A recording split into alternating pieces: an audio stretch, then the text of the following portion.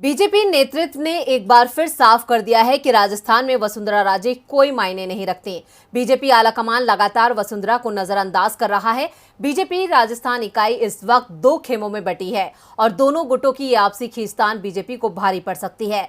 तो वहीं एक बार फिर बीजेपी नेतृत्व ने वसुंधरा राजे के विरोधी नेता को राज्यसभा का उम्मीदवार बनाकर ये संदेश दे दिया कि सतीश पूनिया का बीजेपी आलाकमान के साथ डायरेक्ट कनेक्शन है। तो क्या है बीजेपी के राजस्थान में नए राजनीतिक समीकरण, देखते हैं ये रिपोर्ट। देश में इस वक्त राज्यसभा चुनाव की चर्चा खबरों में बनी हुई है। बीजेपी प्रत्याशियों की लिस्ट का इंतजार अब खत्म हो गया है।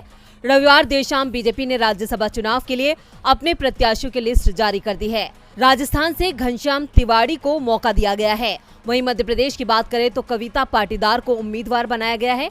आपको बता दें कि राज्यसभा चुनाव के लिए 10 जून को वोटिंग होगी और इसी दिन नतीजे घोषित होंगे। पूर्व सीएम वसुंधरा राजे के विरोधी तिवाड़ी को राज्यसभा उम्मीदवार बनाने से बीजेपी में नए सियासी समीकरणों के बनने की आहट साफ नजर आ रही है। राजस्थान में राज्यसभा चुनाव में बीजेपी की एक सीट पर जीत तय है।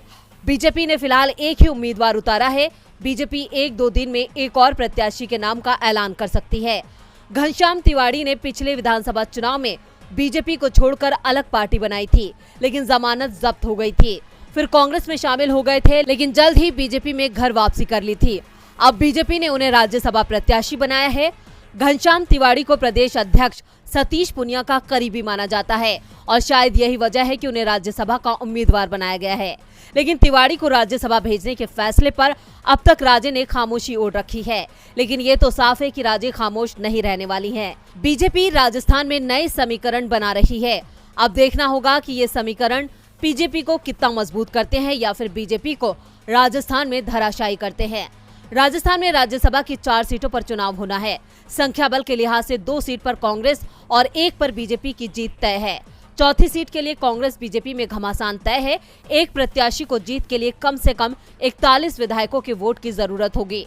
कांग्रेस अगर तीसरा प्रत्याशी उतारती है तो उसे 123 वोटों की जरूरत होगी, जबकि कांग्रेस विधायक की संख्या 108 है।